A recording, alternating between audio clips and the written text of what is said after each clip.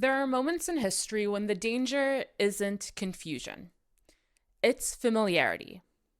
Right now, as tensions escalate around Iran, we're watching the same script resurface. Calls for US intervention, calls for decisive action, and calls to do something. Well, I want to start this episode by saying something very clearly. This is not a defense of Iran's government. Iran's current regime is very repressive, actually irredeemably so, especially against women, and it's gotten brutal at times. This is all true. And yet, with all of this, it is still not enough to justify US invasion. The question we should be asking isn't, is this regime bad? The real question is, what happens when the United States gets involved? And on that question, there is no ambiguity. We have history, we have patterns, and we have consequences. So today, I want to talk through the real reasons, not the political slogans or the outrage, but the real reasons why US intervention in Iran would be absolutely catastrophic. Not just for Iran and the Middle East, but for the United States itself. Welcome back to Amani on Air. Let's begin with the part of the conversation that's almost always skipped over. The outcomes.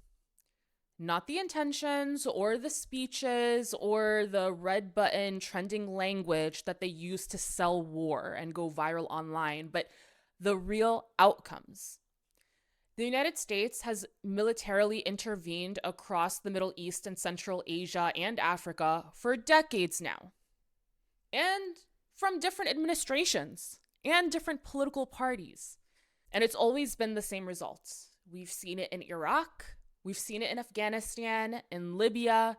I mean, take a look at Iraq, for example. The dismantling of state institutions created such a vacuum in Iraq that eventually we saw ISIS. In Afghanistan, 20 years of US occupation, trillions of dollars down the drain, and hundreds of thousands of lives, some would even say 1 million lives. All of that later, and the government almost immediately collapsed after US withdrawal. And the Taliban didn't just disappear. They returned stronger. We saw in Libya a US-led regime change without any type of reconstruction turned what was at least a functioning state into a completely failed one now, trapped in this ongoing instability. And none of this is an accident, okay? None of this is a fluke. We have a pattern now that US intervention magically does not export democracy. And what is American democracy at that? But that's another conversation. It seems like what we do export is institutional collapse. We're exporting power vacuums. And these power vacuums, they don't remain empty. They're usually always filled by even more extreme and whatever actors are available every single time. So when people say, this time will be different, or that's a totally different situation, what they're really saying is, we are choosing not to learn from past mistakes. In fact, we would like to repeat those mistakes. We're choosing not to learn because Iran is not Iraq. Iran is not Afghanistan. It is a country of nearly 90 million people with deep internal complexity, as long as civilized history itself, and regional influence that spans far beyond their borders. So destabilizing Iran would not liberate the region. It would absolutely ignite it in turmoil. And anyone telling you otherwise is not only not being serious about history, but know absolutely nothing about the Middle East. Now, we need to talk about the gaslighting part of this conversation, okay? Women. Let me be explicit. Iran's regime is brutal against women. Women are surveilled, women are punished, women are policed for their autonomy. All of that is real. And it's still not justification for US invasion. Because let's be real, concern for women's rights in the Middle East has a very specific history and purpose in UN foreign policy, and it is not a noble one. In 2001, for example, in order to rally support for the war in Afghanistan, Laura Bush delivered an historic radio address. Civilized people throughout the world are speaking out in horror, not only because our hearts break for the women and children in Afghanistan, but also because in Afghanistan, we see the world the terrorists would like to impose on the rest of us. She spoke to the American public, and she framed the invasion of Afghanistan as some moral imperative to save Afghan women. She described Afghan society as barbaric. Where have we heard that one before? She framed US bombs as some type of benevolence. She literally presented war as feminism. And look what happened. We absolutely devastated Afghanistan. We collapsed their healthcare system. We collapsed their education, their civilian life, and all of that for what? 2 decades later, the Taliban came back even stronger and more brutal and even more entrenched than before. So if our goal was women's liberation, the outcome was the complete opposite. And this is not unique to Afghanistan. It's a recurring tactic. Muslim and Middle Eastern women's suffering is selectively invoked when it serves imperial objectives, and then it's discarded when it becomes inconvenient. Where was this concern for women when sanctions were starving civilians? When bombs were destroying hospitals? When infrastructure collapse pushed women into even deeper poverty? War never liberates women. War multiplies the violence against them.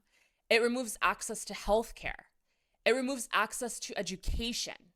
It removes safety. Most importantly, it removes agency. Liberation imposed by foreign bombs is not liberation.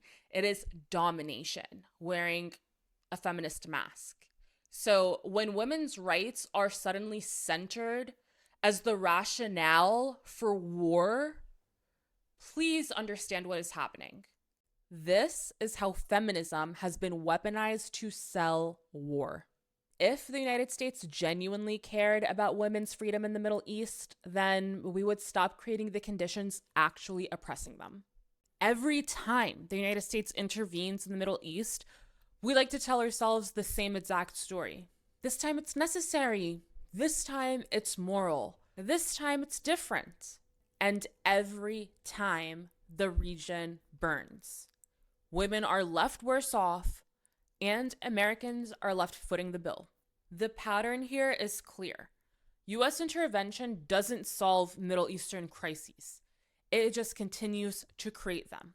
Our restraint isn't weakness. In fact, in this situation, it is strength, especially against the pressure of a foreign ally that is literally addicted to using force. And until that lesson is learned, history will just continue repeating itself, violently and unnecessarily. Now, even if hypothetically intervention was morally coherent, which it isn't, it still totally collapses under economic reality. As we all know, the United States is not a country with excess capacity right now.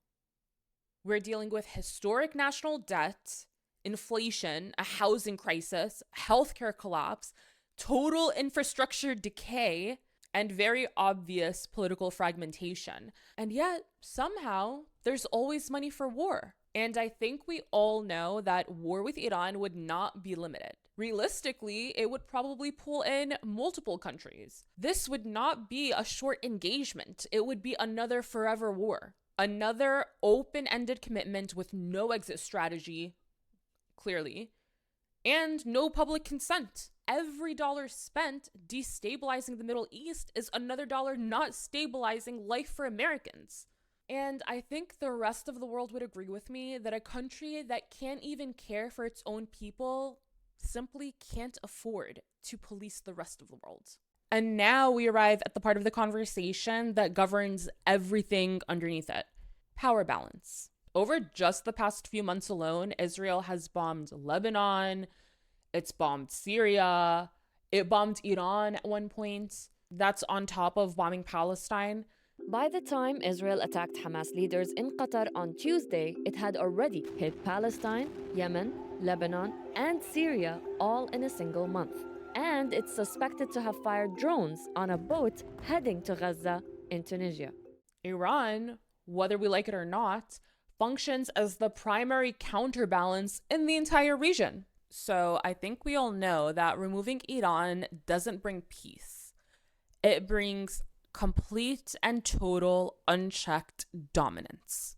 And without any type of counterbalance, there's no way that the region is going to stabilize after this. It's going to fraction even more, and that is exactly what supporters of intervention want. The United States has to come to terms with the fact that unquestionably aligning ourselves with Israel does not make America safer. It makes America the enforcement arm for a foreign country's regional ambitions. And that is not leadership. That is just outsourced empire. It guarantees perpetual instability, and it will keep making Americans broker while making the architects of war even richer. And now for our very first Gaslight of the week of the entire year of 2026. We have Miss Maria Corina Machado, who, if you haven't heard, for some reason won the Nobel Peace Prize and then decided to give it away to none other than Trump himself. Ah, yes, yet another respectable institution sullied by our reality star king.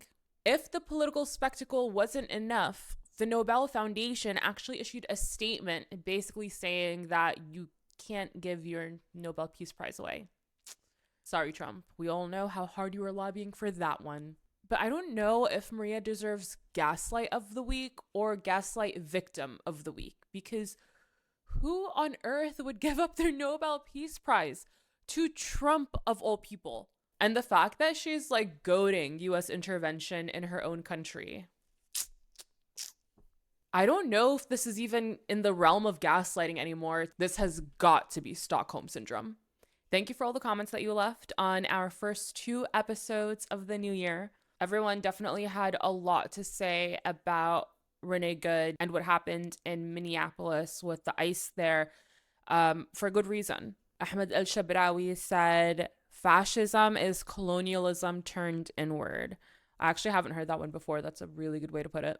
William Bigham said, Ashley Babbitt died storming the Capitol on January 6th. Her family received millions of dollars for her crime.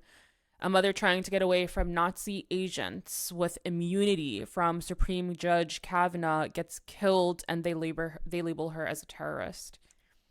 I didn't know that Ashley Babbitt's family got millions of dollars. That's actually really crazy if that's the case. And it just goes to show how much the rule of law bends or has bent under this administration towards who's in power. So that's really disappointing. This really highlights the hypocrisy, right? It's like, it also shows you the power of media, because the media can literally turn an innocent white suburban mom into apparently a terrorist that was a threat to a fully armed militant ICE agent. Yeah. Bo Hill said, you didn't say a word about Minnesota theft and people that are taking advantage of taxpayers. Why? That's not right. Are you stealing money also? I did actually speak about what's happening with Minnesota and all of the frenzy taking place there. And I made it very explicitly clear that it's all political bullshit. Wherever the billionaires tell you to run, it's probably in your best personal interest to go in the opposite direction. So if Elon Musk is like waving his like little red flag over here in Minnesota, then you know it's a distraction from a much bigger way that we, all Americans, are getting screwed by the system. And frankly, they want us busy fighting amongst ourselves and killing each other instead of looking up at the new aristocrats that are robbing us blind. Thank you all for joining me this week. We will see you on the next episode of Amani on Air.